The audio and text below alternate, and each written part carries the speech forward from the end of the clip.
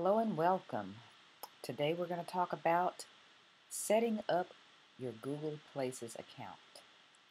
The first thing you want to do is see if you're located on Google Maps anywhere. In the old days of the internet, Google would scrape your name from other sources and create a listing for you, and then you can later come and claim it. So what you'll want to do so you can make sure your information is correct is let's just check and see what's out there. I'm going to use my business as an example, and I'll have to warn you that this information is inaccurate because we've made some changes, and we'll get to correct those, and I'll show you how to do that right here. First thing you want to do is the first thing you're going to want to do is, if you're not already signed in, log into your Google account and point your browser to maps.google.com. You don't have to enter the http://.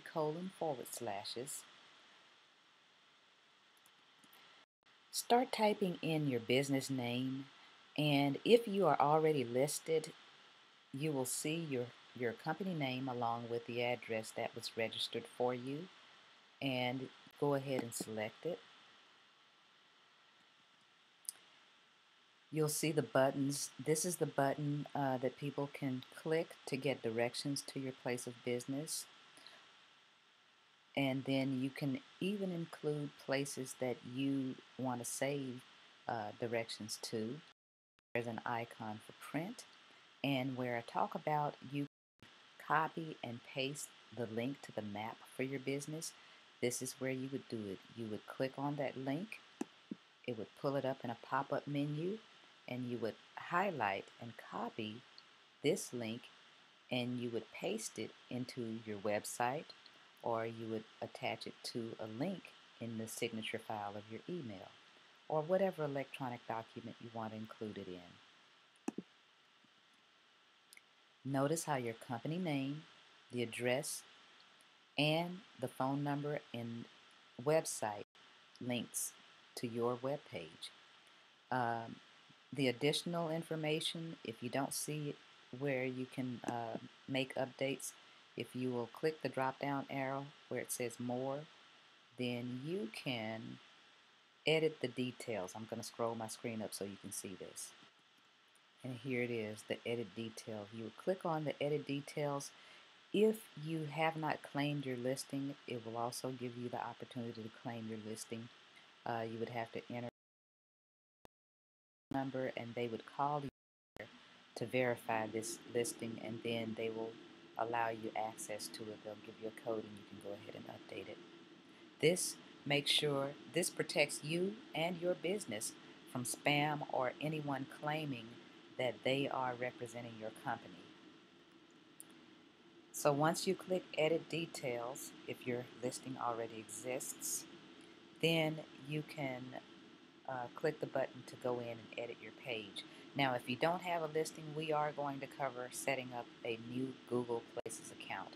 It used to be called Google Maps, but you can actually use Google Maps and Google Places interchangeably, even though you actually access both of them on two different web pages. They are connected. Now, for those of you who don't have an account already set up or a Google Places account set up, I'm going to walk you through editing the details for your place of business and optimizing your page so that you get maximum results. And then I will show you the place where you would go and register your account. When you're logged in, you have the opportunity to go to the Accounts tab, and the way you access that is go under your account name and click on Account. It will take you here to your accounts, and click on the Products tab, and it will show you everything that you have access to or everything that you have signed up. Notice I have Maps, I have Google Places, I have a YouTube account, a Blogger account, an AdWords account, all under the one account. And this is the importance of setting up one Google account and keeping all of your account information in one location. Now let's go back to the Google Places page. Okay, so we are at the page where you edit your Google Places information. This information, you will want it to be as accurate as possible. If you need to do this on a separate page, the description being the most important, remember we talked about that in the book. Enter on one side, you're going to have information, and on the right side, it's going to show you what is accurate, and on Google Maps and Google Places. Okay, enter your company name, the country, you can select it from the drop down box, the street address, be sure if there's a suite number to list that, the city and state, and the zip code, and then include your main phone number. Notice now there's the option for you to add more phone numbers. You can include a cell phone number here or a different office phone number. Then here is the place where you'll want to enter your link. What's very important is you enter the HTTP colon followed by www.yourwebsite.com.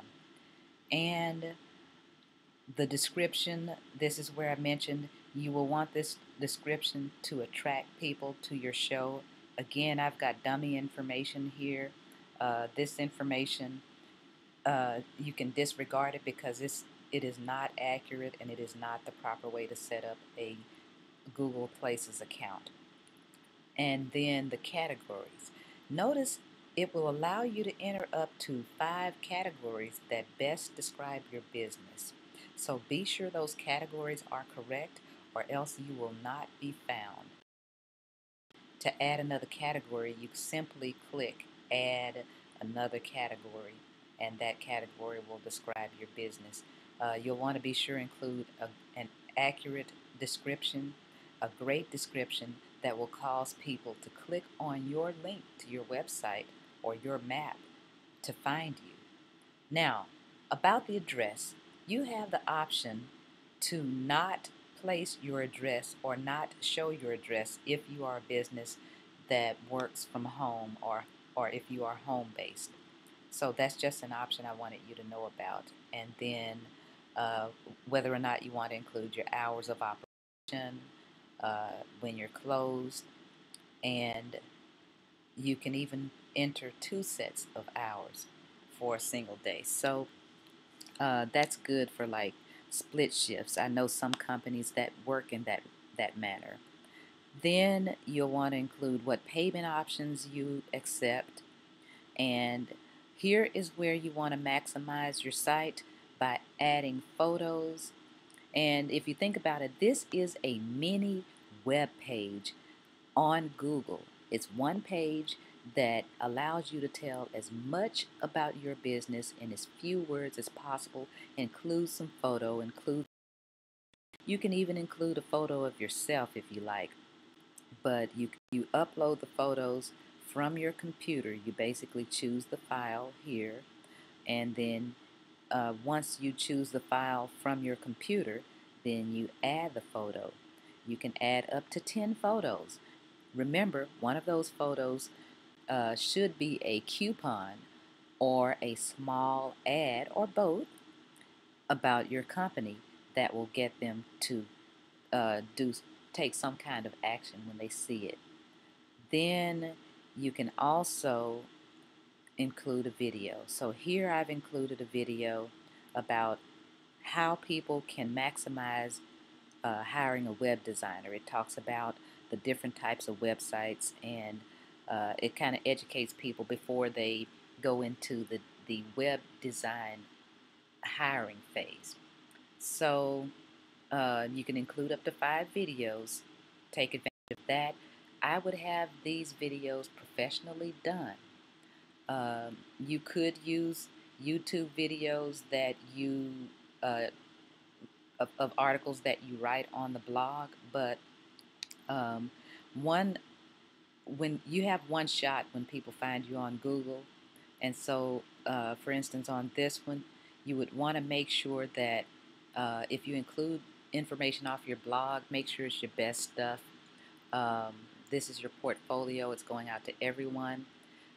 If you have to hire someone to professionally shoot and edit, add music, voiceover, and that sort of thing, I think it would be worth it over the long run. You could also use that same video on your website. And then there is additional information that you could enter, like the brands you carry, um, for salon owners or people in the service business. They could enter services that they offer, or much information as you can include that will market your business and what you do to the people is what you would put here. And again, here's what it would look on the right side. Remember, I stated in the book you could place an image of your map on your website and link that image to the map. Remember how I showed you how to copy the link and attach it to that image. If you're using it in your email, attach that link to a text link, and it will look much like this link here. And that is all I am going to share with you in this tutorial. If you have any questions, feel absolutely free to ask me. Email me, and I will most gladly answer those for you. Until next time, thank you for watching. One final note, I don't want to insult the intelligence of anyone, nor do I want to provide incomplete information, but some people are doing this for the very first time. What you'll want to do once you've entered all of your information, click the Submit button at the very bottom of the page. Sometimes your screen may cut it off, so you'll have to move your page up and down just to see the Submit button. That's all I wanted to share with you. See you in the next video.